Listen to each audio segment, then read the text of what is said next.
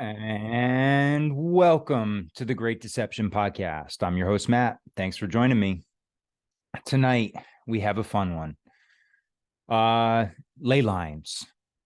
I don't know what you guys know about them. I didn't really know a whole lot until I started digging into the old world stuff. And I came across this book called The Sacred Network by Chris Hardy. And in it, she talks about basically France and a little bit of England, but mainly France, and how the architecture there is along these sacred lines. And we'll get into it. It's a very debatable subject. It is considered a pseudoscience, so you'll have your naysayers, and I will give their side of it too. I have 2 or 3 different opinions from other people that don't agree with ley lines. So before we get into it, though, patreon.com/The Great Deception Podcast. That's where you can contribute to the show. You can get involved in our monthly calls. You get every Monday Night Master Debater video on there on the next day, as well as other stuff, pictures, books, show materials, a variety of stuff. Plus, we have interaction, direct interaction there as well. And we have 2 new patrons. Ironically, both are named Lisa. So thank you to Lisa and Lisa I Am. Thank you both so much for joining the patrons. And I look forward to talking with you guys in February. And we will have our call probably the second week in February.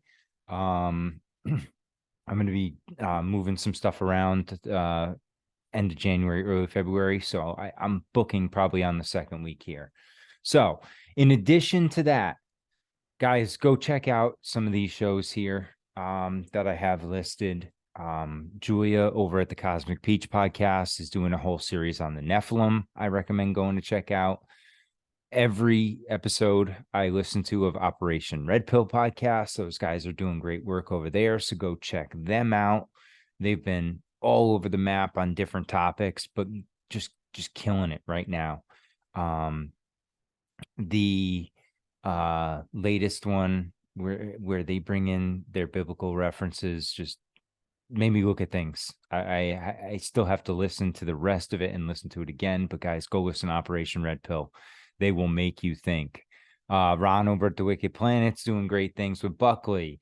We got Deborah Gets Red Pilled. They revamped their show over there. The guys at Rising from the Ashes always do great work. My dear friend Ellie over at Speed Bumps. Janet over at Deplorable Nation. If you're into the political side, I highly recommend Andrew from Politics and Punk Rock podcast and According to Sam. Okay, those 2 shows are my 2 go-tos for politics, in addition to the Jimmy Dore show. The Jimmy Dore, here it says Jimmy Core. That's hilarious. Jimmy Dore, liberal comic, absolutely great show. I highly recommend it. Gives you a little bit of the other side, but he also has been fed up with everything. So always my friends at the Legit Bat, my friends the Cunts over at the Conspiracy Underground News team, I love what they do. Davey at the Red Pill, my buddy NY at the NY Patriot and Occult Rejects. And then guys, go check out Upstate Unconventional. Nico and Rosie have kind of revamped it a little bit, and Rosie's taken the show by the horns a little bit and making her contributions. And she's been doing great work on angels and things like that. So I highly recommend going to check that out. Strange Neighborhood podcast. Always love that. She does great work over there. And then Drew over at You're Missing the Point.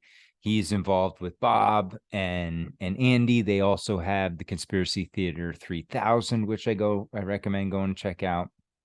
And then last but not least, our friend from this show, Matthew Smith, has branched out and started his own podcast, The Marvelous Old World. So he has a YouTube channel. Go check it out. He did an awesome video on Seattle, and it's really picking up steam over there. I'm glad to see that.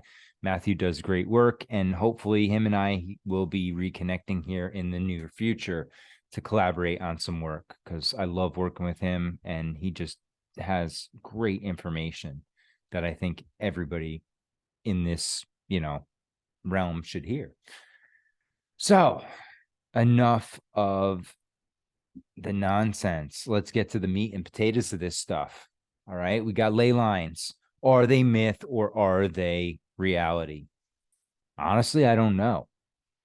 I've been, like I said, looking into them probably for the better part of a year off and on, a little more or less. No, definitely more. And looking into them, I don't know. And here's why. Look right here. Okay, right here we have 3 different pictures. And guys, if you're listening to this, I apologize. This is going to be a video heavy episode. So it will be on Spotify, it will be on Patreon, and it will be on YouTube as long as they allow it. So, but what we're looking at here, okay, is 3 different maps, 3 different sets of ley lines. Now, granted, the one in the middle is a subset of these, and possibly, these 2 could work themselves in some sort of pattern, but you have to use some creativity with this, because there is no given set. Okay, and that's how I want to start this. There's no, one set of ley lines. Depends who you ask as to what you're going to get for an answer. But what do we know? We know that the architecture is special, and it was built using certain qualities, characteristics, like sacred geometry, the golden ratio, things like that induce balance, right? And here it says, in architecture, a balance of harmonics and synergy with the spirit world is achieved through designing a space or building in the proportions of Archangel Metatron's sacred geometry. Okay, so what you see is balance. You see repeating patterns, fractals. This is the same thing we've talked about with star forts. Okay, there's a reason why.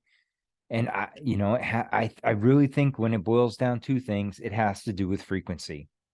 And the more we dig into this, it comes down to vibration and frequency, everything. So when we look at ley lines, okay, we know we're in some sort of electric universe. If you don't think this place is energetic or magnetic or whatever it may be, okay, we're surrounded by frequencies, vibrations, energies, cymatics, right? There's sacred geometry everywhere. There's the golden ratio, golden proportion everywhere. There's geomagnetic connections here, right? There's all sorts of things that we cannot, you can touch them, I guess, but it's a feeling. It's not something really tangible in the normal sense. Now, will it impact your overall being? Possibly, yes. We know that frequency, we know that vibration has a significant impact on the human being. And we know that sacred geometry and the golden ratio also impacts human beings. So if you think about it, there has to be something that keeps that energy in line, right? There's some flow to it.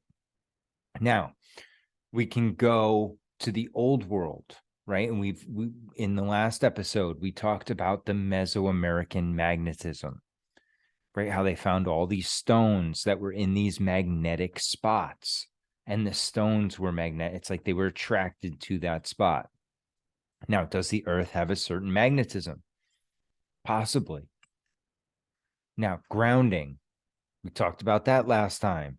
One of the a very beneficial health thing. Take off your shoes, go walk in the grass, go walk in the forest, the woods, get as far away from any lines, any electromagnetic waves, EMFs, anything,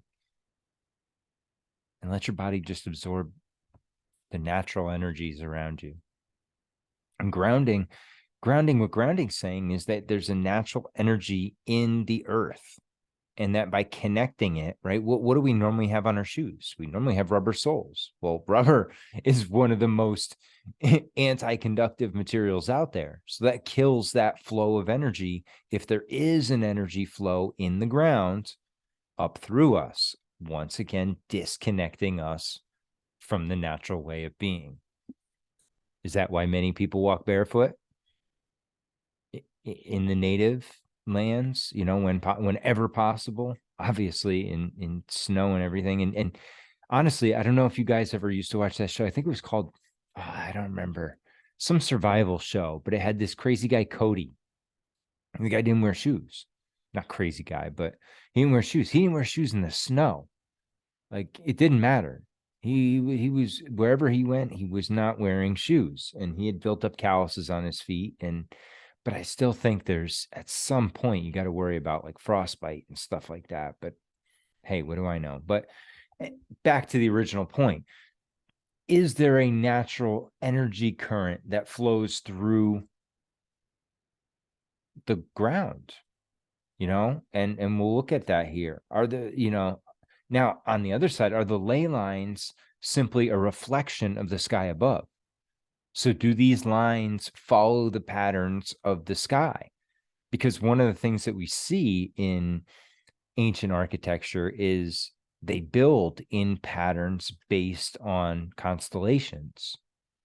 We look right here, the pyramids, right? In Egypt, in China, in Mexico.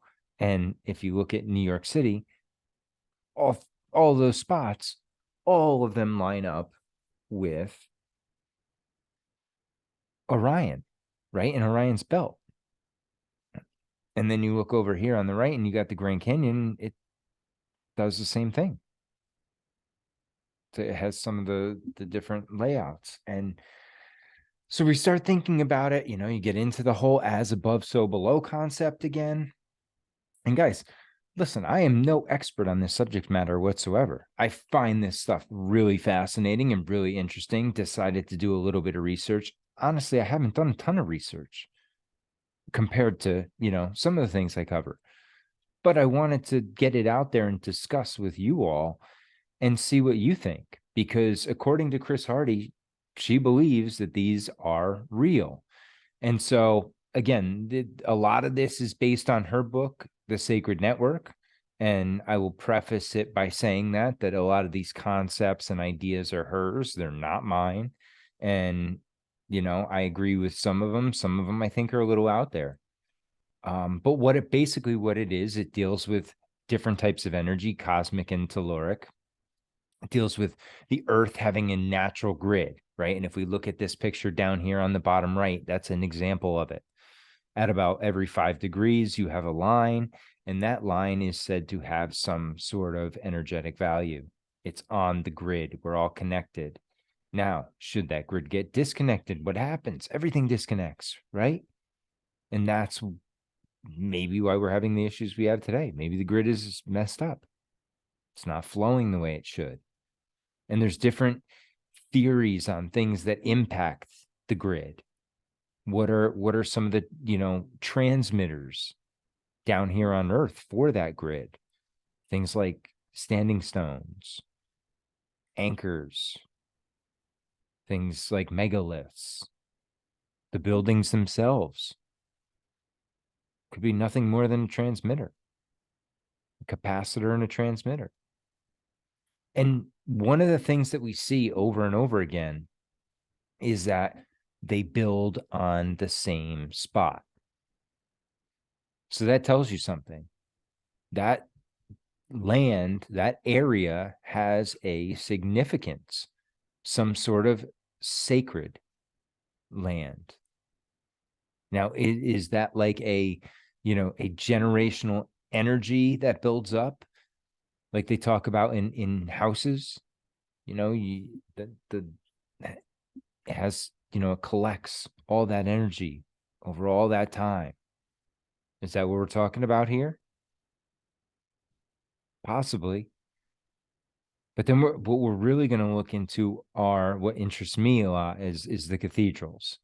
And then a couple ley lines, specific ley lines that they call out and point out that have, a significant amount of structures that are on the lines. And then we'll get into some of the, some of the features of ley lines too. What makes up ley lines? And then lastly, we'll get into the critics. We'll hear the naysayers. What do they have to rain on this sacred network parade? We'll see. And then if we have time, I also have I found Seattle actually had their own ley line plan in 1987, and we can run through that real quick if we have time, if this doesn't get too long. But we've already, beat this dead horse. Let's get this show on the road here. So the origins, okay? So according to the Germans, they were the Helioglinien. To the Irish, they were the fairy paths. Dragon lines to the Chinese. Spirit lines to the Peruvians. Song paths to the Aborigines of Australia. And so on around the world. We see this idea of these lines over and over. Well, in September 1870, William Henry Black gave a speech to the British Archaeological Association in Hereford, and he titled it Boundaries and Landmarks, where he speculated that monuments exist marking grand geometrical lines which cover the whole of Western Europe. So he believes in lines, and this is 1870, okay? So let's see where we go from there. Now, the modern father of ley lines would be Alfred Watkins. Okay, and in 1921, Mr. Watkins was walking in Herefordshire, and he went riding on a horse. He was in the hills, and he saw the different paths, like the footpaths that people were taking. And he noticed that it was a straight line from one hilltop to another. So then he starts looking at the maps and looking at the different alignments. And then he said the whole thing came to him in a flash. He told his son at a later time. And he believed that in ancient times, when Britain was much more densely forested, that the country was crisscrossed by a network of straight line travel routes, with prominent features of landscape being used as navigation points. So these were the lines that kept people going, right? Think about it. It's the current. People are traveling on it. It's the energy getting people to certain points. Be the sites man-made or natural, they all fell into a pattern, usually a straight line. He found sacred monuments often resided along these energy grid paths on the earth, and that the access points along the sacred pathways often had a large abundance of energy, like a vortex. So, according to Mr. Watkins, these things are real. So we see here in the Weird Encyclopedia, it says 2 British dowsers, Captain Robert Boothby and Reginald Smith of the British Museum, have linked the appearance of ley lines with underground streams and magnetic currents. Seems legit. Then you have ley spotter / dowser Underwood conducted various investigations and claimed that crossings of negative water lines and positive aquastats explain why certain sites were chosen as holy. He found so many of these double lines on sacred sites that he named them holy lines. So there are some early claims that there were these sacred lines. So let's go even further back. We'll look at Plato. What did Plato say? Plato recognized grids and their patterns, devising a theory that the Earth's basic structure evolved from a simple geometric shapes to more complex ones, right? The sacred flower of life. It contains all 4 elements. So then we go on to, this was a cool one. This has no tie. This is fire, okay? This is the interior of the Earth with fire conducts, according to Athanasius Kircher.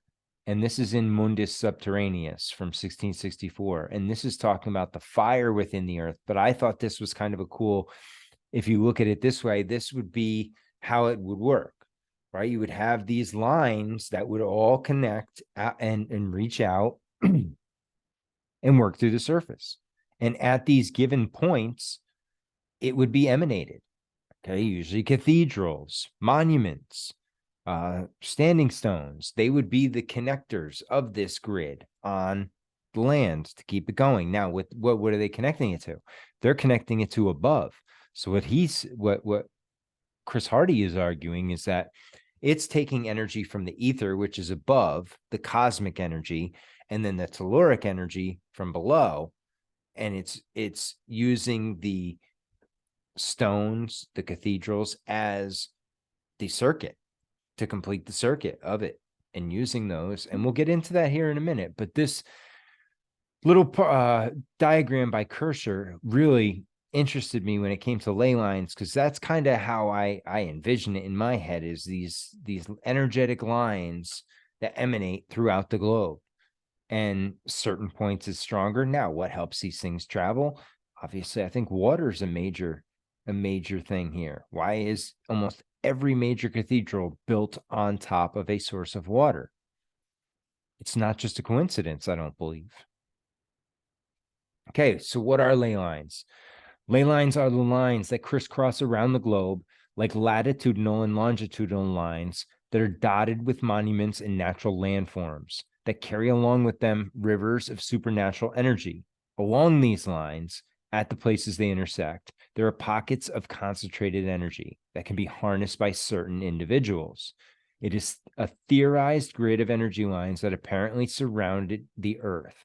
The points on the grid contain many of what are considered the Earth's most sacred sites. And what you'll see here is you have the vertical lines, right? And then you have the horizontal lines.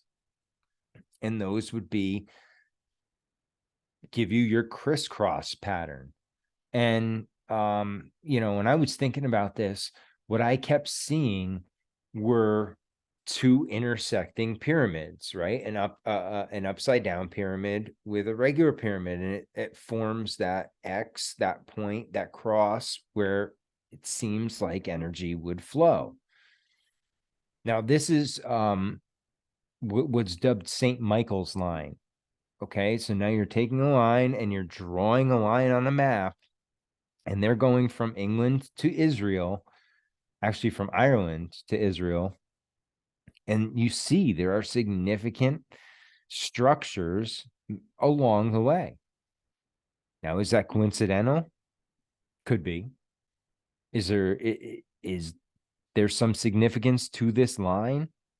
Could be. We'll have to dig deeper. So we look at St. Michael's alignment, and that's what this is right here.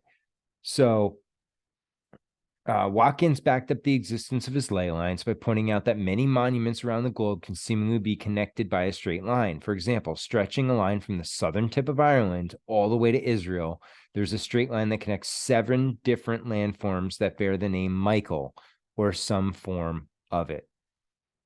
How about that for a coincidence? Just by chance.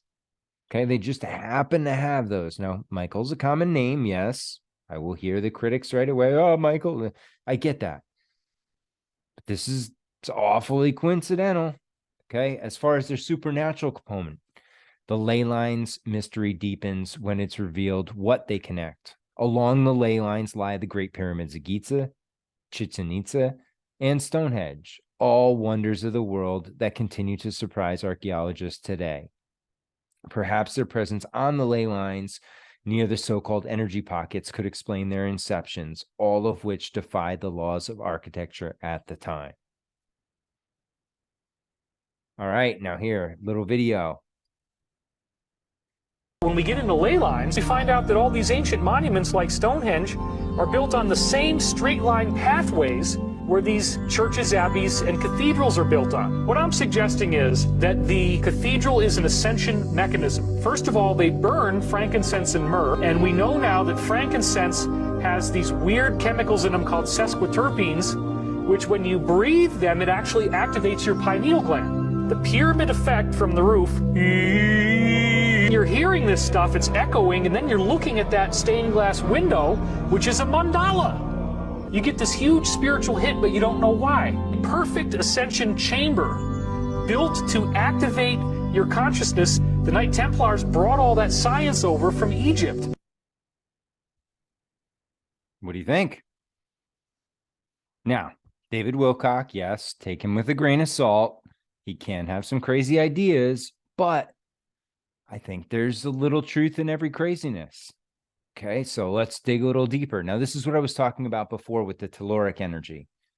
Let me move myself out of the way here. Okay, so when we look at this, what is telluric earth energy? So according to Hardy, these giant telluric waves undulating vertically and linked to geomagnetic field of Earth create a network of crisscrossing lines all around the Earth.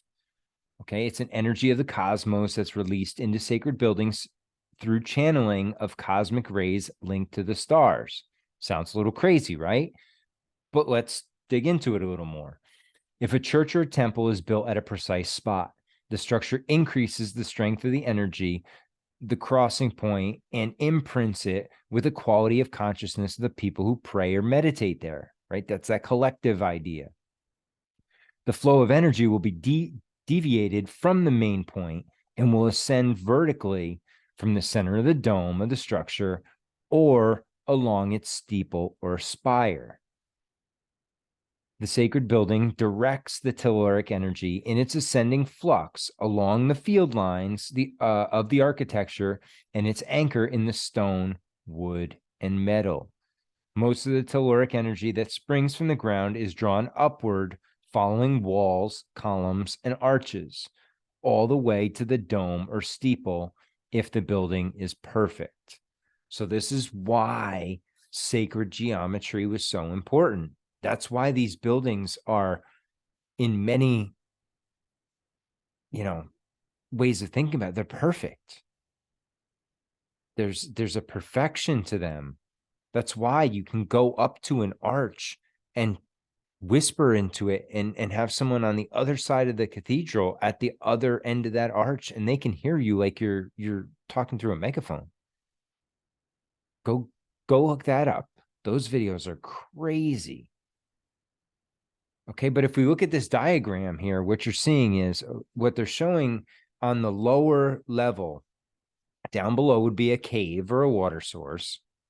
Then you would have your obelisk, of course. They have to have their penis symbol. Okay, everybody knows that.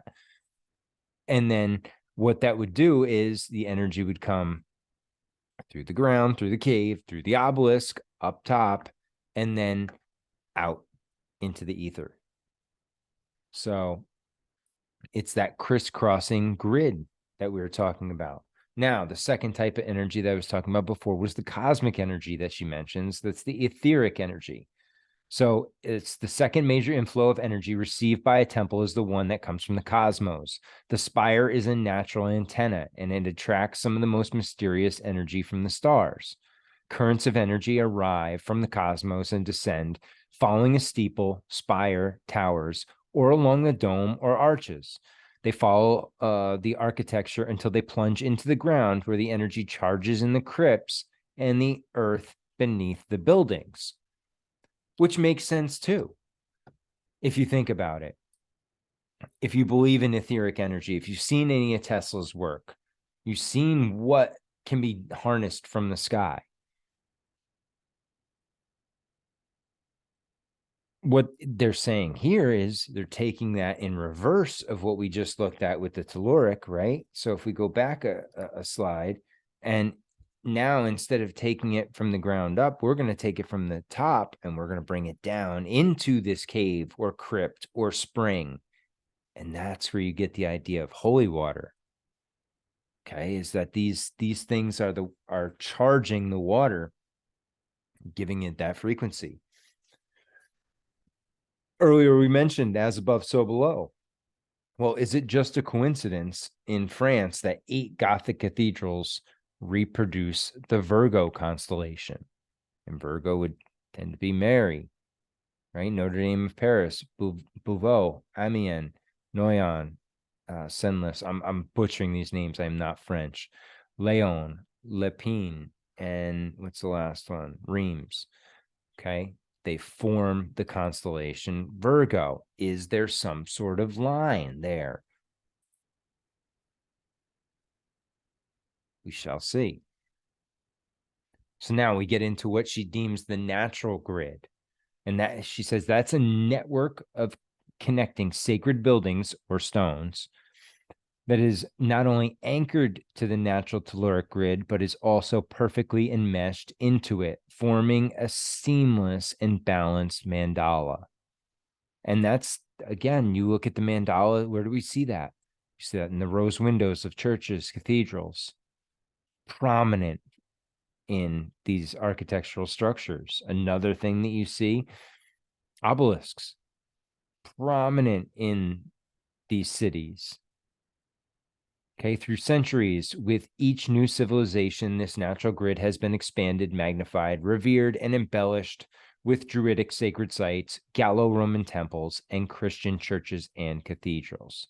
Monuments are not overtly religious, but which have been built according to sacred geometry and fit tightly into the sacred network.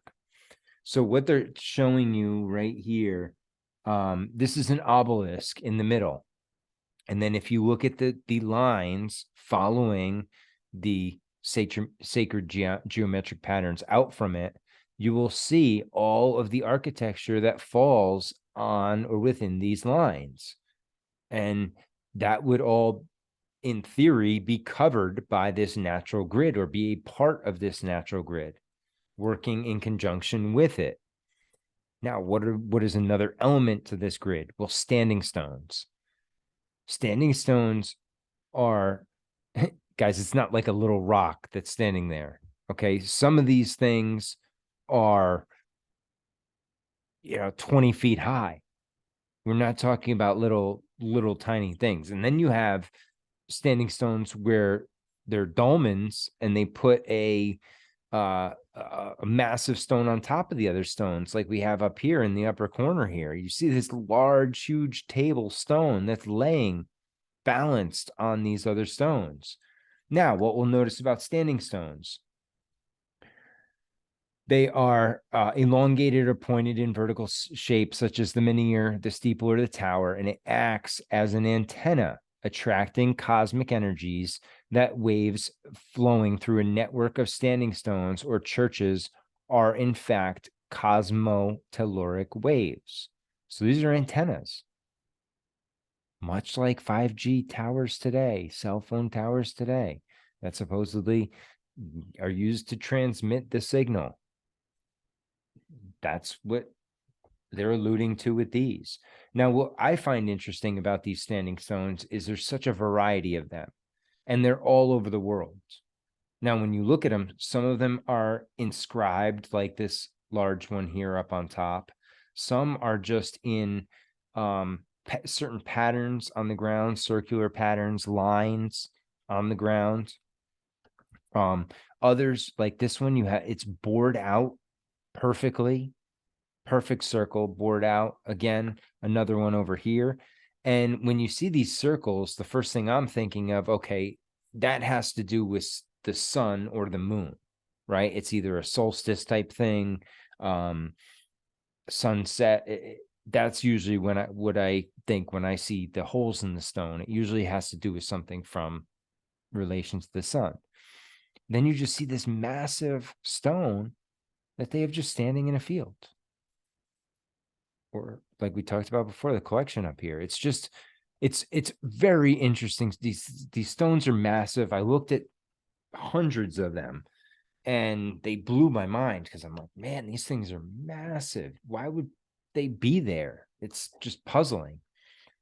So now we get into vortices or vortex. It's a point of energy. It's a point on the energy grid, right? It could be a building. They're connected by the ley lines according to this. Sacred sites are often found at the vortices. These are likely the areas you hear about, like Stonehenge, many places in the American West, and other ancient monuments like Angkor Wat. Many modern structures, like cathedrals or temples, are considered sacred by religious adherents. Some are believed to have been built on sites that already had existing mystical, magical, and religious associations of pre-Christian people. Remember, there was life before Christianity. Some people will say it was hell on earth, but hey, there was life before Christians. There was ways of doing things before Christianity. There were Gnostics, different religions, different modes of worship, different gods. From a ley line perspective, these energetically powerful sites are believed to be the vortices. There are a number of places across both North and South America that are considered to be sacred sites. And you're like, oh, North and South America, well, they're relatively new, right? So they shouldn't have that many. Yeah, look, just littered with sacred sites across North and South America. And I think this is drastically understated too. I think they've neglected Brazil. I mean, they left out the whole rainforest. I mean, with the LiDAR technology we have today, God only knows how many beautiful cities have been swallowed up by the jungle. And they're finding more and more of them every day. So I guarantee you that's littered with sites. I find it ironic that basically, you know, it looks like Texas, that whole Midwest area where we find it's just to the west of all the mounds, there's nothing. That's speculative because in the Grand Canyon, we know is over there. So I just find it really interesting that the number in North and South America for places that are supposedly, you know, managed by these natives, you know, what do they call them? Not even native, savages, right? Is the word they love to use about the native people. Savages, these aboriginals. So come on, guys. We got to be better than this. All right. Now, this is an interesting one. This is semantic field theory. I don't know if I buy into it, but just think about it, okay? Building continuously expanded and empowered the same semantic field, the same conscious field, by concentrating spiritual energy on places that are naturally beneficial to the body and soul. The sacred network of each religion has been precisely and respectfully embedded within all previous networks. So this is saying that they build these churches or cathedrals on these sacred spots. Now, whether it was previously a different religion or not, that ground still harnesses that sacred energy from the previous religion, previous time. And so here's an interesting pyramid that Hardy came across, which links multiple, okay, again, at the center is this obelisk, but then it connects all these different St. John's churches in France. All these cathedrals of St. John's are tied to this pyramid. Coincidence? Possibly. But when we start getting into who are the builders of these, you'll start seeing it's going to make a lot more sense. Okay. Harmonic resonance. Here's another one that's kind of a little woo-woo, at least the way she presents it, because you're tying in with the telluric field. But harmonic resonance connects collectively to the planetary teller field. Sacred network is the backbone on which the teller field thrives. You have to have the backbone, the infrastructure. The people who prayed and gathered together at ancient sacred sites were creating and charging the first teller fields. Now you get into Alice Bailey, good old Alice Bailey. She predicted that the earth will be a sacred planet when all people become harmonized in spirit.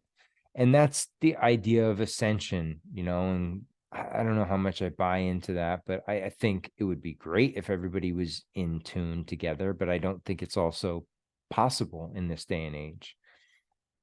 Then we get into Desjardins, okay? And he said, we are going to achieve harmonized collective state of consciousness, although this will not be at the expense of our individuality, the hard-won achievement of the past cycle. So he says that by us achieving a harmonized collective state of consciousness, we will rise together. And he said, but what everybody says to that, and my biggest fear in that is, well, what about individuality?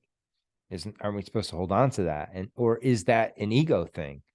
He says that we'll be able to collectively reach a harmonized state of consciousness and maintain our individuality, which I find really interesting. Semantic energy is the energy of consciousness. Now we get into anchor points. All right, these are much like standing stones. They are generally buildings where architecture conceived according to sacred geometry or the golden ratio. They consist of most sacred sites and sacred constructions. It says more important crossings were magnificent cathedrals and abbeys. So the bigger the cathedral, the more significance, the more energy that was being input into this place. Now, the towers of these sacred buildings are shown, she says, to have the number, not only show the number, but also the direction of the sacred lines by the numbers and sides and angles in their geometric form. So supposedly by looking at these different towers and by analyzing the buildings, you could tell where the lines and how many were coming from. I don't know. I'm not a ley linologist, but looking at it, I mean, they may be onto something. They may not. Let's give a listen right here as we get into the cathedral and megalith portion. And for you, those of you that follow me on Instagram at the Great Deception Podcast, you'll have already seen this. I posted this back around Christmas. I was watching an interesting documentary on the old cathedrals and things like that, and this woman nails it. Churches were built on power lines or ley lines, and that these in themselves had power in the land. This was the craft of the wise. We believed in Mother Earth and that we go back to Mother Earth, and it's not really a bad thing at all. And they nicked all of the ideas, that all of the pagan sites, and Christianized it, and splashed holy water on it, and nicked all of the religious relics and things that were inside. And I would imagine they're probably still tucked away somewhere underneath the Vatican. So did you hear that? Basically, they took these pagan sites, sprinkled some holy water on them, put the relics away in the basement, and changed teams, turned it into a Catholic cathedral. Now, if any of you know where we come from in when it comes to the organized religions, if you think they just took those sacred relics, now, there were certain of these holy warriors that would have destroyed every single one of them. We know that because they wanted these people. And actually, one of the books I'm reading right now over here, it's called Yucatan Before and After the Conquest. And that's what it talks about, how this guy went in there and he just destroyed everything. All their artifacts, all their anything that had to do with their religion was destroyed because they had to convert. And that anything they were worshiping outside of, Catholicism was devil worship and had to be dealt with accordingly. So as we look at this, we know that these guys were probably taking some of these relics and worshiping them still. And that's where you get this mishmash that we deal with today, where, you look at Vatican and that's a pretty satanic place, if you ask me. I mean, you look at some of the symbols that they're worshiping and some of the practices that they do, they don't seem very pure. They seem rather dark. And again, a lot of this, guys, is just intent. That's what it boils back down to, intent. What's your intention? But let's get back to the buildings. Okay, so we look at the Freemasons, our favorite group, factored in sacred geometry by designing many of their buildings in the layout of the Tree of Life, with an alchemical river flow under or buy the building to help connect it to the spirit world. Okay, again, the elements. Before the Hindus erect any type of building, they construct a square from establishing due east and west. They then lay out the entire building accordingly. In Buddhism, the temple of Buddha is often designed in mandalas as a square that leads up to a suggestive pyramid, various sacred geometric cubes of the 3D image of the flower of life, or Metatron's 5-pointed star, as commonly known in Judaism as the Star of David, right? And that's the one we have here in the middle. The ancient Egyptians used regular polygons in their construction. Many sacred spaces follow sacred geometry outlined in Archangel Metatron's proportions, which include nature and water. And that's a prominent feature in these. Again, I talked about it over and over, is that water source. It's so important to these buildings and where they put these things. Now, again, it's about balance. Okay, and we've dealt with this before when we dealt with cymatics in the Starford episodes. We talked about it in the Old World Architecture with Matthew Smith. If you remember, he brought the 3 diagrams of the 3 different churches, Solomon's Temple and a couple others. But you notice that the layout of the body in the temple matches. And where do you enter? You enter in the lower chakras. Where does the knowledge come from? It comes from the higher chakras, the brain, if you look at the body as a temple. So let's get back to the cathedrals and the megaliths. They were a dense network of churches.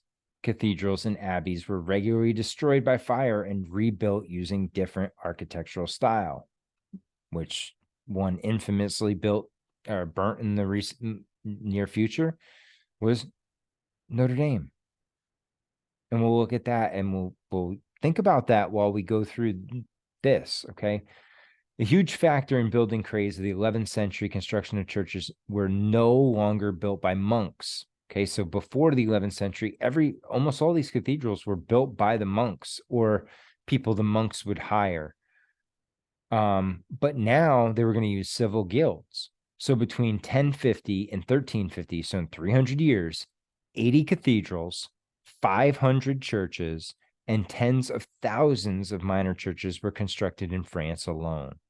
The building rules were secrets that were jealously kept by the builders' guilds. Again, the secret knowledge that nobody wants to share. Okay, so both orientation of religious buildings and their precise locations are important. Hence why you see building on top of others. Churches generally are oriented to the east, their choir pointing to the exact degree where the sun rises on the day of the feast of their patron saint. There are ancient altars or temples that exist under a number of religious buildings. Couple examples. So you have Chartres. I spelled that wrong here on this. Built over a Druid shrine. Okay. So Chartres Cathedral hides within its walls stories which connect the world of the ancient Druids, the cult of the divine feminine, and Christianity. It is located on a ley line linking Glastonbury, Stonehenge, and the pyramids of Egypt.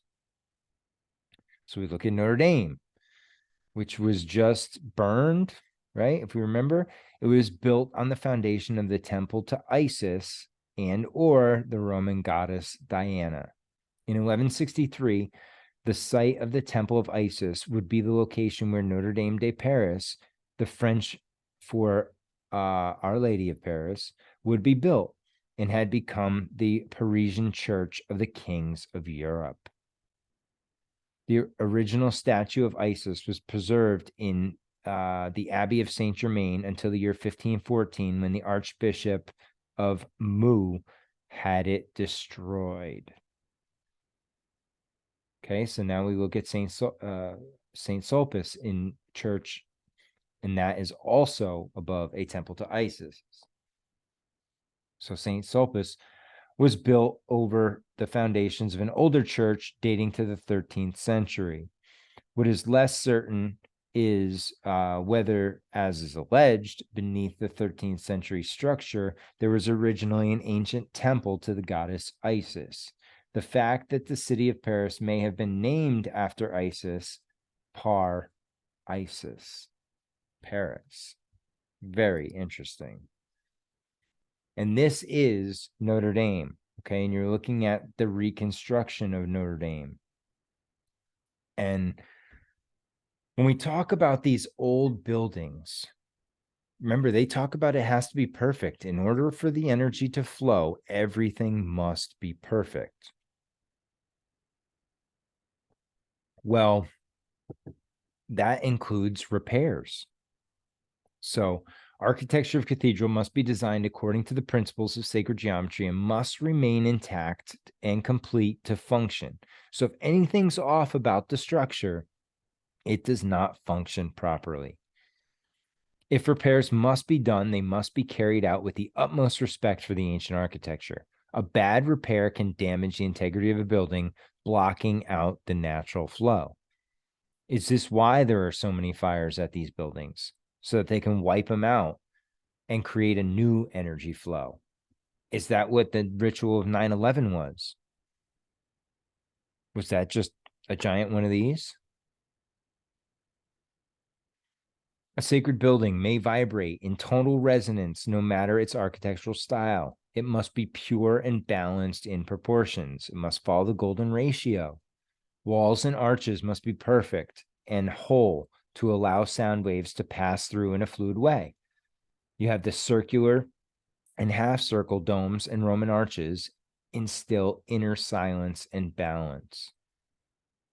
The Gothic arch, the ogive, induces upward thrust and uplifting consciousness and spiritual love.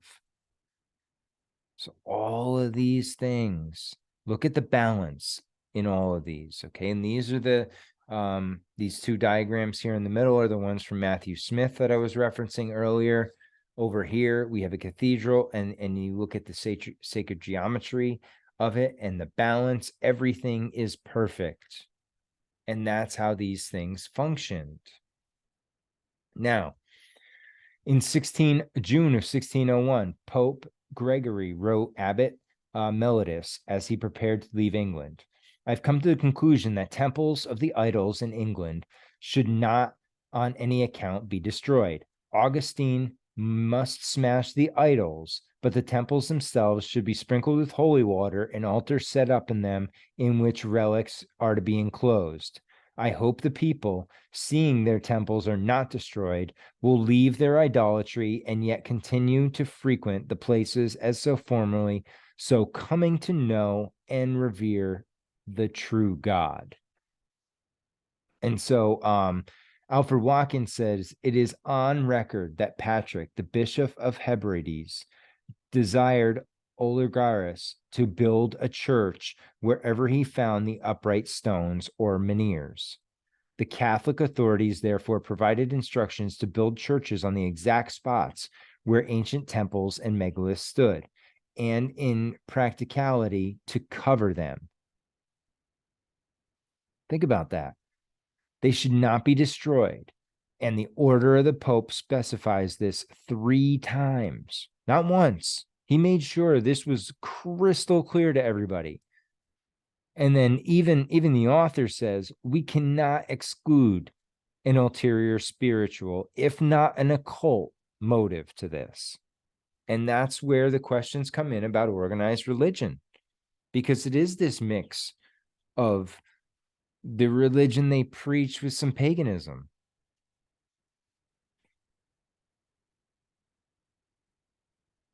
There's always these like occultic overtones, you know.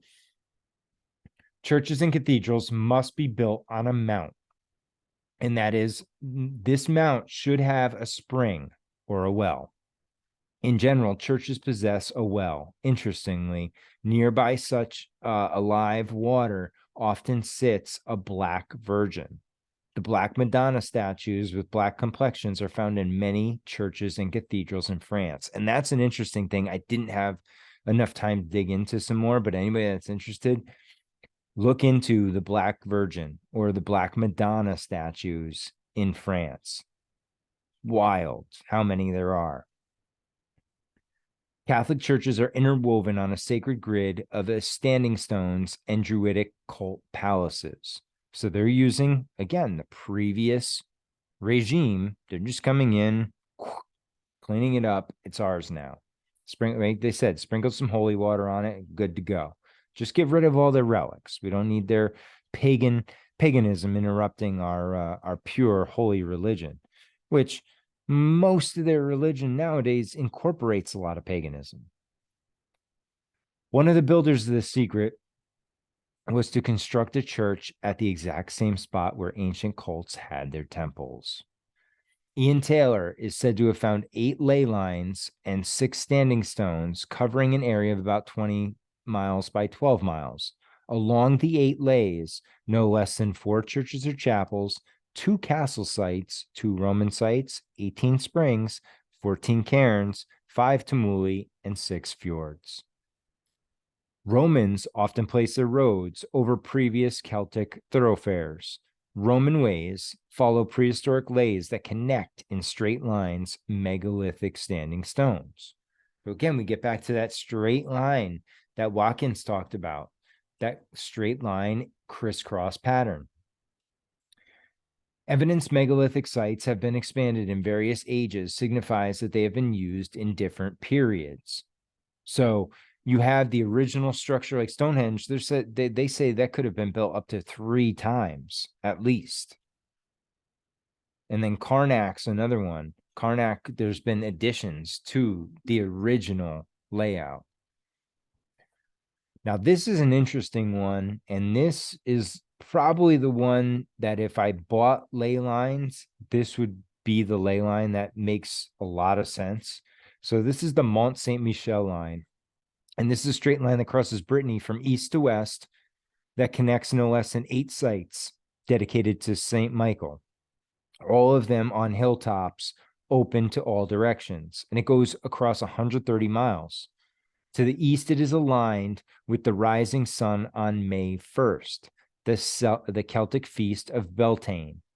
And to the west, it's aligned with the setting sun of November 1st, the Celtic feast of Samain. Okay, anybody that wants to learn more about that, go over to my buddy Colorado Danks page. He did a ton on Samain back around Halloween time. But if you look at all these different St. Michael's that are all attached. Now, could that be by design? Yes. Is there something more to it? Are they, that they did it on purpose because of this energetic value? That's possible. Yeah. Because if you look at this design here, it kind of looks like a fractal antenna. So it's a very, very interesting idea. Again, you look, and this is the one we looked at before that goes from Ireland all the way down to Israel. All right. And this is the St. Michael alignment in England. And St. Michael seems to have a lot of lines. Now we look at Chartres Cathedral again. It's dedicated to 2 patron saints, the Virgin Mary and St. John the Baptist. Now, remember, everything has a purpose. The cathedral is aligned along the solstice axis. So the sun rises on the choir on the summer solstice, which just so happens to be the feast of John the Baptist. The sun sets on the winter solstice. It runs through the nave where the 2 towers flank each side of the great rose window. Okay, and that's the rose window right here. And then if you look, again, you see the 2 towers, and then it comes in through the one in the middle. So this design, they're working with, it takes great knowledge. Okay, you're not just doing this and putting it up and then realizing, okay, yeah, this is where we're going to put this because that's where, no. They had to understand the solstices. They had to understand the sun and the positioning in order to build these accordingly. Now, why go through all that trouble? Is it just so that the sun's there on that given time, or is there an energetic value to that? That's where the question is. Now, this I found interesting because if you think about it, it's even through World War II, France didn't have it too rough. All the governing leaders were whether Gallic chiefs, Roman emperors, kings of France, emperors of France, or presidents, have respected the fundamental sacred network of Paris and France, its sacred geometry and orientation. No one's come in and relaid it. It's a lot like DC. So it makes you think, who's guarding it? Because we know how these parasites love to change everything, reinvent the wheel for themselves. Another way to make money, scheme out. So there is something powerful to France. It's powerful to a lot of places. I mean, I feel the same way about North America. I mean, especially America. I feel, that's why we've been told it's the new world. I feel that way about Asia. That's why it's been buried. A lot of the history's been buried, and we've been told this Roman version. And I think, in all honesty, I think some of the least interesting places are the Middle East. I think the history elsewhere could be much more interesting than the little piece we've heard so far. So you go back to the 12th century. That's when, you see this boom of Gothic building come out of nowhere too. It just exploded on the scene. And it was when this, they got it out of the hands of the monks and they started letting entrepreneurs build these cathedrals. So what did they do in these places? Well, this is where they copied tons of manuscripts and they carried a massive amount of knowledge. There were 2 cistern abbeys that were busy translating Hebrew and Muslim texts brought back by the Templars. For centuries, at least one group has been in control of a global plan, especially related to the planning of cities and architecture of major buildings. So, what group is exiled from France in the 1300s? Knights Templar? Sound familiar? Well, what if, they make it sound like there was this massive extinction of Knights Templar. No, they killed a few of them. They captured a few. Most of them escaped and got away. So, what if they just changed teams? Because in the 4th century, or 14th century, which is right around when the Templars disappear, Jacques de Molay, does that name sound familiar?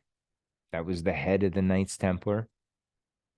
He created a guild called the Companions, in the 14th century. What happened October 13th, Friday the 13th, 1307? That was when the Templars were dissolved. No, that's when they were rounded up. They were dissolved officially by the Templar Order in 1312 by Pope Clement V. But this secret society, they had their own secret knowledge of building arts.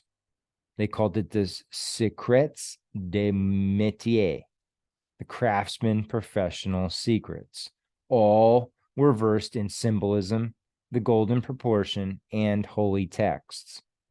What does that sound like? They mastered a variety of crafts required to build. They were stone carvers, wood carvers, masons. You name it, they could do it. They painted glass, they formed arches, they created rose windows, carved, they did geometrical designs. These guys were well-versed in ancient knowledge. The architects planned the location, the positioning, and the global architecture at a time when not a ton was known about the globe, right? We're talking 1300s here. Apprentices sent all over France to learn with masters, acquiring firsthand knowledge of the church building. But they also had to master symbolism of numbers, geometry, allegoric figures, myth, and more. And that's where these buildings get even more interesting, because now you start getting into the Gnostic side of it and that ancient occult knowledge, the secret knowledge that's buried in these buildings also. The builders from the secret societies had sacred knowledge that reached back beyond Catholicism. And what we have here, I found this little cool diagram. It's just the last 10 original, not original, but companions on Earth. And, you know, most of them are dead now. But I had never heard of these guys. But this would make sense. If the Templars have to go underground, they just change teams and they're going to just build cathedrals on a massive scale. And it really, really makes sense. You look at their getup here. They even have the little sashes like the Masons, little colorful sashes. They're all doing secret handshakes. I see hidden hands. I mean, it is what it is, guys. If it walks like a duck and it quacks like a duck. How do interconnections from around the world in different cultures and at different time frames? Well, you have architectural planning by secret societies, and they're using sacred geometry. Most ancient traditions used lines of geometric field of Earth and ancient key ley lines built during the Neolithic, Bronze, and Iron Ages. Interesting. So you look here. Here's a ley line in Scotland that goes from the north of Scotland all the way down. You see all of these significant buildings that are ley. This is another one in France, which is very interesting because you start with Calais, then you have Calisi, and it ends with Cales. And then you have a lot of Mont and then ALs also along this line. Coincidence? Possibly. Intentional? I don't know. I didn't do it. I'm just pointing it out. What if sages, druids, and shaman of the ancient civilizations were able to see and understand the laws of cosmotelluric flows and energies, as well as their influence on human consciousness? And that's why they chose, that would explain these sacred sites that were on these crossings, charged with this beneficial energy, where the telluric energies meet in harmony with the cosmic spirit energy. This would explain protecting these sacred sites and rebuilding, constructing around them. And this sounds an awful lot to me like star forts. Same thing, guys. Same principles here. There's a sacred ground. It's using telluric earth energy with the cosmic energy. And you look at the patterns of some of those star forts, I don't know. Now let's look at megaliths, okay? So you have two types of megaliths. You have the menhirs and you have the dolmens. Menhirs is just like a huge standing stone, okay? Usually 2 to 6 yards in height. So you're looking anywhere from 6 feet to 20 feet. Some have carvings, others are arranged in circles like Stonehenge, and others are in alignments like Carnac, like we looked at earlier. Now the dolmens are the huge, flat, natural stone called a table. They're also associated with underground chambers and the mother goddess. So when you think about menhirs, they could be think of as the uplifting, the ascending spots, like antennas. The dolmens are the grounding spots. So the ascending energy of a spring originates below the ground and springs forth. In contrast, the energy of a dome or a steeple, resulting in a crisscross of telluric lines. So that's what we're looking for here. We're looking to cross swords. Rarely do we want to do this, but in this instance, crossing swords is acceptable. Now, you guys have heard of holy water, right? I mean, that idea of blessed water. And I always thought it was bullshit up until a few years ago when I started looking into Dr. Emoto, and I started seeing his studies of water. Because I never really believed that you could charge water, that water would do anything, you know? I mean, it just doesn't like, oh, water can hold frequency. Water has feelings. The more you look into it, water is magic, man. It is a heavenly substance on this planet. So you look at these healing temples, they would have greater potency when situated on grounding spots and in caves. Patients would drink the sacred water and then sleep in a cave underneath the temple in order to receive a dream that would propose a cure. I found that really interesting, that you were essentially, because of the energy there, you would be, you know, telepathically almost provided a cure by staying in these crypts and drinking the sacred water. So you look at this example on the lower right here is St. Fulbert's crypt. So ailing people used to live and sleep in the crypt, praying and drinking the holy water until they were healed.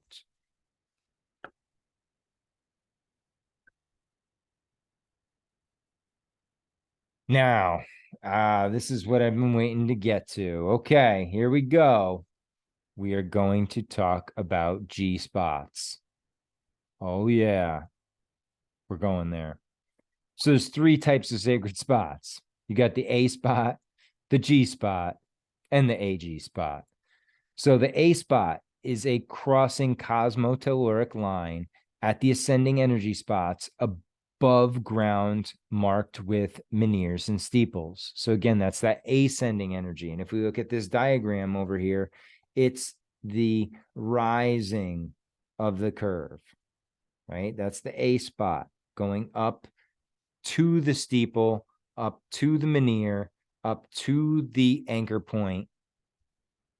Then you have the G spot, which, okay, guys, I'm only going to show you once where to find it. All right, so it's crossing cosmotelluric lines underground, grounding spots like dolmens, caves, and crypts. So if we look at this diagram, now take note, follow this line right down here is where you'll find the G spot. All right, and that's the line, and that's underground, and that would be more associated with your dolmens and your crypts and your caves. Now, the AG spot is a complex double site with both an ascending flow and a grounding flow. So that would have, you know, maximum energy we're talking about at those type of spots. Now we're going to look at the golden rectangle and the golden proportion. So the golden rectangle is one of the geometric figures based on the golden proportion. It's a mathematical proportion held sacred since Egyptian times and was part of a sacred geometry developed by Pythagoras. The golden proportion is widely used in architecture. All right, much like it's used in cathedrals, churches, city movements. And it has many interesting properties that's also found in natural shapes and phenomena. You'll find it in flowers, everything. And if you take a little bit of magic mushrooms, you will see the golden ratio, golden rectangles everywhere. It's all fractals. The middle space of a golden rectangle is the sacred spot. So if we're looking at this, I believe that's Taj Mahal there, where the sacred spot's going to be right in here. That's going to be one of them. And then you flip it, there's going to be another one right here. Now notice the balance, right? You can flip this over and it's going to be the same thing. So embedded golden rectangles and a golden spiral. So in each golden rectangle, extract the square. So you take the square out and you draw an arc having its radius on the side of the square, you will get the golden spiral. And it's all proportional. Sacred. And where do we see the same thing? In the Fibonacci sequence, which is any number divided by the previous one that results in a number approaching the golden proportion, or phi. The golden ratio is 1.618. And you see it in architecture, you see it in nature, you see it in animals, you see it in humans, everywhere. It's in everything. It's all creation. It is the golden ratio. Now we get into the cause of the alignments are disputed. There are several major areas of interpretation. So we look at the archaeological. A new area of archaeological study, archaeogeodesy, examines geodesy as practiced in prehistoric times and as evidenced by archaeological remains. One major aspect of modern geodesy is surveying. As interpreted by geodesy, the so-called ley lines can be the product of ancient surveying, property markings, or commonly traveled pathways. Numerous societies, ancient and modern, employ straight lines between points of use. Archaeologists have documented these traditions.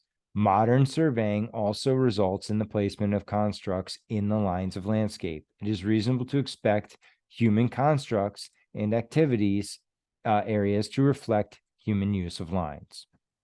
Very valid, right?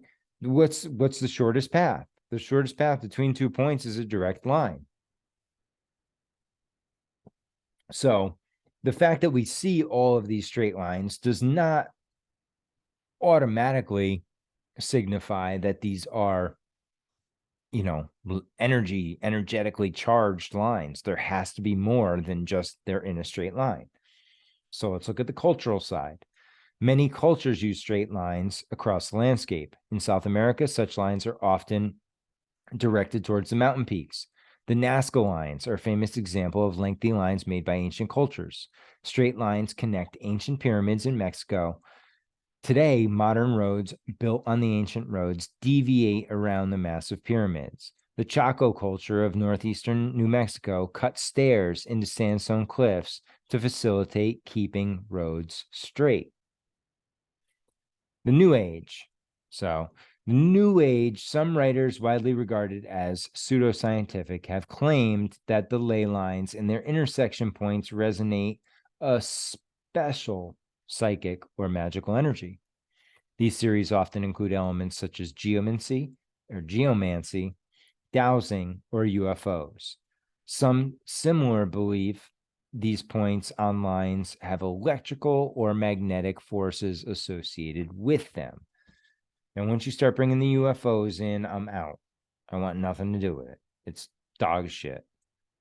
Skeptical. Skeptics are of the actuality of ley lines often classify them as pseudoscience, as we said before. Such skeptics tend to doubt that ley lines were planned or made by ancient cultures and argue that apparent ley lines can be readily explained without resorting to extraordinary or pseudoscientific ideas, which I do believe is possible, because I do believe there's a little bit of fanaticism to this, right? It's blown up. So we've given how, they believe that all these sites are sacred and how these lines carry this telluric and cosmic energy. Let's see what the critics have to say. Flat out, ley lines do not exist. This was shown by Tom Williamson and Liz Bellamy in Ley Lines in Question, which analyzed such lines statistically and showed that the density of archaeological sites in British landscape is so great that a line drawn through virtually anywhere will clip a number of sites. And that's true. If you look at Britain, you look at France, you look at some of these European nations where they're so densely populated. Yeah, I mean, you can draw a line and you're gonna hit something, right? So then we have Paul Devereaux. And Mr. Devereaux, he's a researcher. He claimed that the concept was bogus and that there was no way they could exist, and that a reference to them in an occult book is the only reason that supernaturalists believe in them. Devereaux also claimed the ley lines could just be coincidentally overlapping with esteemed monuments. The lines that Watkins drew on his map could easily be explained by chance alignments. Jeff Ballinger, the author of Paranormal Encounters, A Look at the Evidence, which discusses the supernatural significance of ley lines, agreed. He pointed out the fact that the term could be used to describe a line of any length or location. It detracts from its validity and claimed that it is not specific enough to use. Seems like a valid claim. Now, this guy, Carl Regan, he wrote an article, A Critical Look at Ley Lines. And I really like this article. I found this after I had done my research, and I had to include it after the fact because it made me question it, right? Again, get back to the motto, question everything. It made me think about it again, because my big thing was with the line, right? And I'm thinking about drawing a pencil line on a map. Now, it seems like, okay, yeah, it's a straight line, but think about how big that line is in proportion to the map, right? That could be a 5 or 10 mile wide pencil line there. So, I mean, we're being a little liberal here with our measurements and our the way we lay things out. And when Carl points it out here, he makes, well, he has 6 points. It's really 5 points, and we'll go over them right here. He goes, so in his article, it says, in order to accept that ley lines are as described by most purveyors and believers in fantastic claims of antiquity or New Agers in general, there are some premises that have to be accepted as true. These are straight lines that, okay, he goes, the problem, however, that once you start to increase the distance of the line, straight becomes a very relative term. As Watkins originally described it, this line that followed the Earth's surface from point to point, much like a navigational meridian, which encircles the Earth, passing through each pole on its way until it arrives back at the point of origin. This isn't a line at all. It's a circle, or to be precise, if not pedantic, an ellipse. However, you decide to draw a ley line. If you make it long enough, its straightness becomes less and less apparent as it follows the curvature of the Earth. Now, I guess our flat Earth friends would argue this, that, there is no curvature of the Earth because look at everything else. You can see it's not curved. But hey, that's not my hill to die on. Number 2, precisely intersect multiple points of. One would think that the width would be a trivial bit of information given the ability of the ancients to detect them and all. But this is the sort of thing a ley line proponent would rather leave to the imaginations of the choir he or she is preaching to. This is because if you spend too much time thinking about it, you realize at some point the width can be so large as to render the concept meaningless. And at an opposite point, they become so narrow as to be ineffective. And here's why. When you draw a line on a map with a pencil wide enough to intersect each of these sacred sites along the ley line, that can be hundreds of meters across. Very true. Sacred or important sites on the landscape, and thus not trivial points of little interest. This is one that the points intersected by ley lines are only ancient, sacred, special, etc., and not trivial or inconsequential. If this were true, then why would we define ley lines by connecting multiple points of pizza joints across London using a straight edge? Some would doubtless have encounter arguments. One being that pizza restaurants are sacred, and that I'd be hard-pressed to disagree.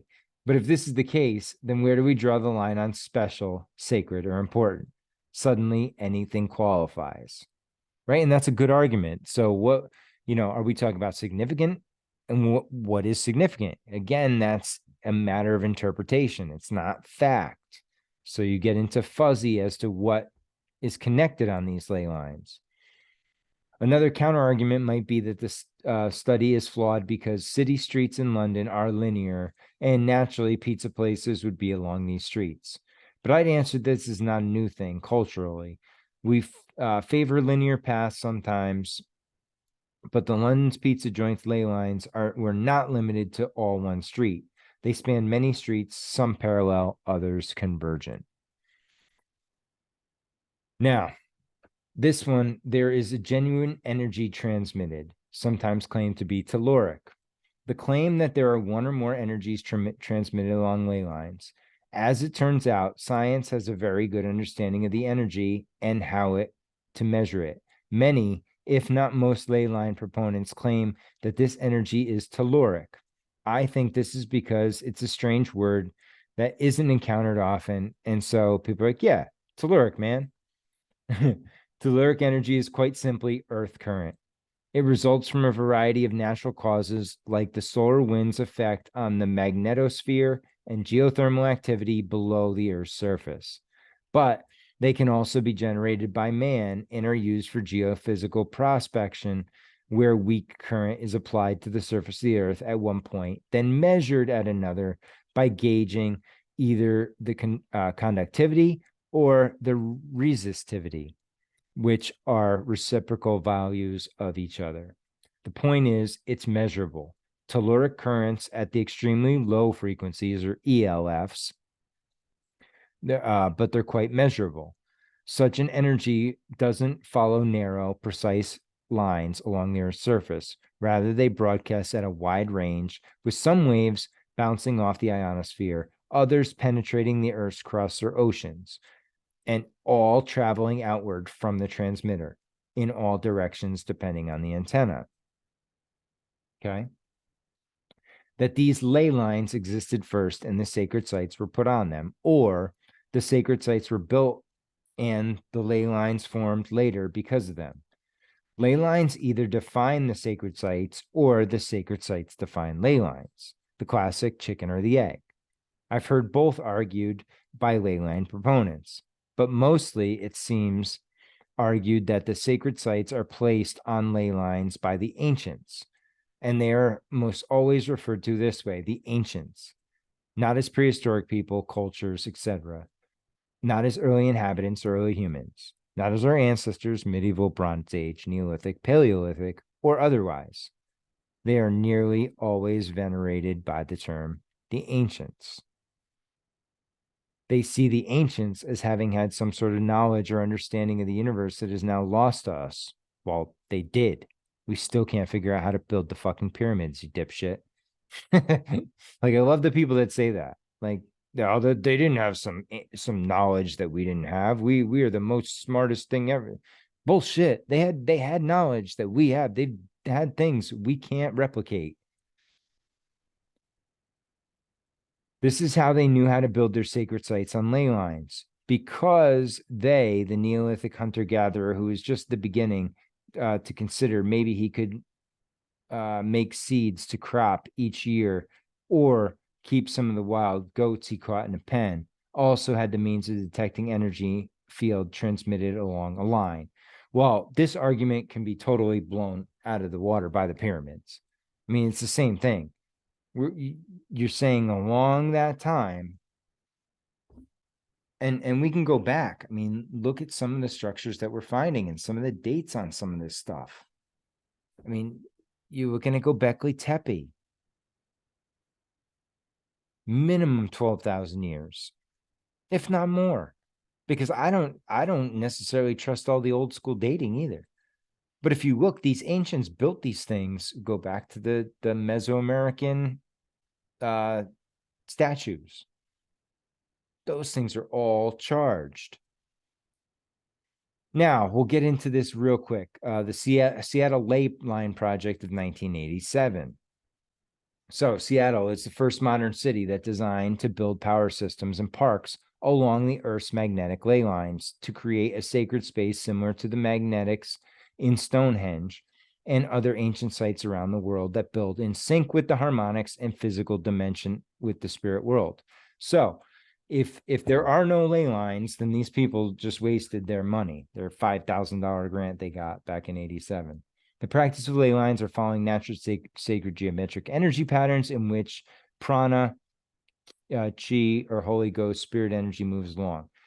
Creating a space in harmonics. Okay, we're not going to go through. Seattle was a good candidate for the ley line project, as it was also close to the Puget Sound, which is a water source. Water passing through the sacred space is believed to be alchemical in communication with the spirit world.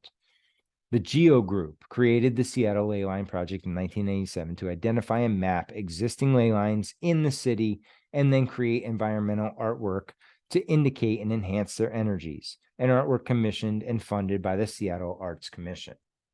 Seattle was the first city in America, possibly the first modern city anywhere, to have its ley lines located and mapped. Sacred places located all over the world are generally located over various earth energies.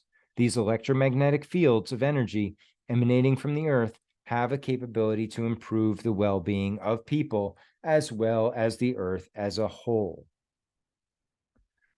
The introduction and background, the crisscrossing the earth's network of energy lines called ley lines, right? Ancient monuments, we've already done this.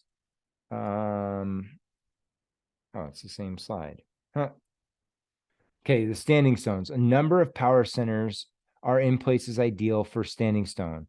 Alki Beach, the baseball field at the University of Washington Arboretum, the Rose Garden by Woodland Park Zoo, and a place near 17th Avenue and 45th Street entrance to the University of Washington. At these places, we envision large standing stones with the inset descriptive brass plaques. The standing stone is the simplest and most elementary megalithic monument, consisting of a single stone embedded vertically in the ground. The standing stone is yang, masculine symbol. We've used dowsing techniques to identify and map the major ley lines and power centers located within Seattle. It is our opinion that Seattle is definitely a major center for Earth's energies. There are several places in the city that have the potential to become sacred places similar to, but not as large as Stonehenge or the Great Pyramid. So, what do you think? The people of Seattle have spoken and they believe ley lines are real. My issue is I have seen so many different maps. None of them correlate with each other. None of them are based on any, each of them have a flow like this. They take the map and they roll it out. None of them are on a flat map. They're usually poor interpretation. I mean, yeah, look at this. Like this chakras of the earth one up here on the upper left is, I don't know. I don't really agree with that. It just doesn't make sense to me. I don't know. This one over here with the net, if I were to picture ley lines, this is what I would picture it as, like a spider web. And at certain points, yeah, you would have this geometric power station, right? Like the capacitor, the transmitter, the power center. You're gonna have one or multiple all around the globe. Okay, and that's what I think this is. That's like these points, these flower points over here. That's what those are. And you just look at the different varieties of ley lines, and some are waves, some are direct lines. And again, if you draw a straight line, I mean, look at the size of these lines. How many miles across are these lines if they're to scale on these maps? Right? See, that's what we got to think about too, is, you're talking about massive swaths of land. Now, are we going off of, scientific readings like latitude and longitude? That's a different story. And again, depending on where you look, the ley lines are different. And that's been my problem, because I've been trying to find something good on ley lines in America. And there's some books out there and stuff like that. But even the maps, they're all the same. And I don't know, I was pretty unimpressed by it all. But that's what we got for ley lines, folks. I hope you enjoyed it. I mean, I don't know if we go back and we look at them, myth or reality. I would say I believe that they are real. Do I believe that they've been identified properly? Not really, right? I don't think there's really been a dedicated search for them, a real effort. I think it's still seen as a pseudoscience. It's seen as woo-woo and, some of that bullshit like the crystals and all that stuff, which, hey, you don't have to believe. But if it works and you're just going to throw it out because you think it sounds stupid, who's the stupid one? And that's the way I look at it. Christ, my buddy made me this bracelet, and it's got some dragonstone, it's got some pyrite, it's got something else, and it's got a couple crystals in there, diamond. And he's, the stones and the intention put into it supposed to help my arthritis. Now, is it going to cure it right away? Probably not. Will it do anything? I don't know. But I've put it on myself knowing that the intention was put into it and that I'm now using it for that positive manner. So it's all done in good intention. So I think that's where we get back to it with the layer. I think there is a natural earth energy grid. Have we been able to map it out? No. I think we know certain spots. I think you look wherever those pyramids are. I think wherever there's a mound, look at government property. Where can't we go? Those are probably pretty significant energetic spots. Pretty significant historic spots. So are there ley lines in France? Chris Hardy seems to think so. And she's, made some decent proposals, some propositions. But I think what we get out of this more is that there is sacred ground. There are sacred spots. And I feel like I don't know if I am sold on the semantic field theory, but I think there's something to that the consciousness of that, whatever takes place in that building stays in that structure, stays in that land. Energy, matter cannot be created nor destroyed. I think that's the same with our thoughts. It's the same with our words, right? Once you put something out there, it reverberates out there until it dies. And then when it dies, it's not dead. It doesn't go away. It's still there. So we look at ley lines. I don't know. I find it interesting. I'd be interested to see if someone, and one of the things I wanted to do when I had more time and, I was really focused on the star forts, was going to try and map out the star forts and see how they connect, see what kind of interconnected network they have. Again, though, guys, if you start trying to connect things, eventually you're going to run into something that connects, right? I mean, that's just the laws of nature. But in reality, to find that it connects with a real purpose, that's what we're looking for right now. And I didn't really find it with the ley lines. I didn't find a given set of ley lines that I could buy into. Now, do I believe there are powerful energetic lines on this planet? Absolutely. Absolutely. I think that's what explains a lot of these buildings. So we have to keep digging, especially on this one. I think it's a really interesting idea. The Earth's natural grid. I think the idea of sacred spots and sacred ground, I agree with that. And I think that's why a lot of this country has issues, because some of the horrors that took place here and trying to cover that up, that's still in the land. That's still there.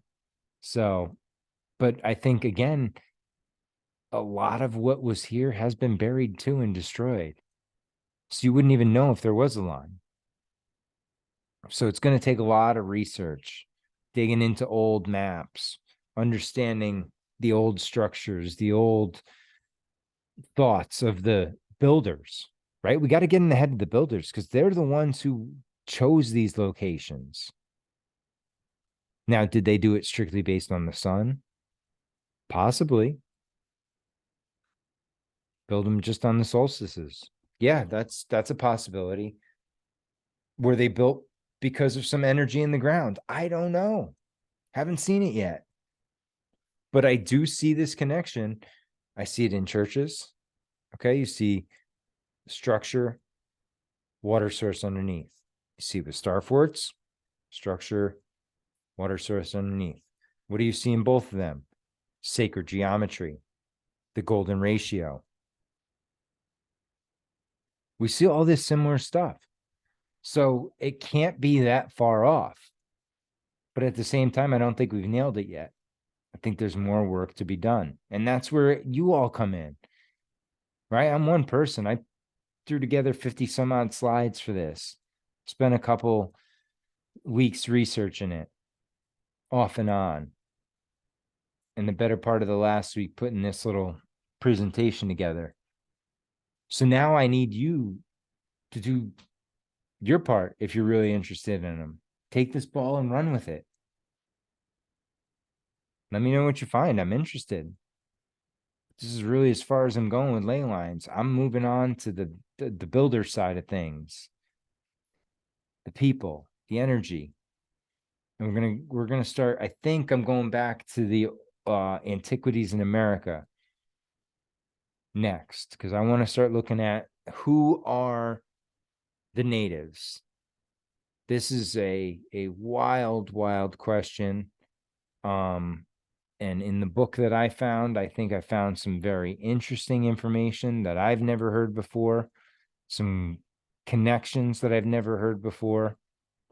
And guys, it all starts working itself together, right? We're talking about the buildings, the cathedrals. We're talking about who built them. Why did they build them? Where they built them? Why did they build them in the shape they built them? All these things are important in the story of history to understand it. And a lot of that knowledge has been hidden, not provided, kept secret. And I think now we're starting to see the Great Awakening and the information is starting to unfold. So what do we need to do? We need to be vigilant. We need to look at the information, analyze it, go through it with a fine-tooth comb, find out what's not true, get rid of that right away, and then keep looking more. And we'll get there eventually. I think we're doing great things together. I think we're uncovering a lot of information that needs to be brought out there. So I thank you all for this. Do me a favor, share, leave a review. 5 stars. I will read reviews. There were none this time, so I didn't have anything to read. Patreon.com/The Great Deception Podcast. Go to Instagram.com. I have a link tree there. You can find all my links. You can find the merch store. I got some cool t-shirts and hoodies out there. Men and women. Go check them out. The mugs are really cool. I got a tumbler out there. Those are fun. And then aside from that, guys, let's just keep getting better every day. This place is a fucking insane asylum, and we need to try and calm it out. Bring some rational energy to this very irrational time. So thank you. Go check this out. It'll be on Spotify. Like I said, it'll be on Patreon. It'll be on YouTube eventually. I want you all to get it here first. And as always, stay strong and question everything.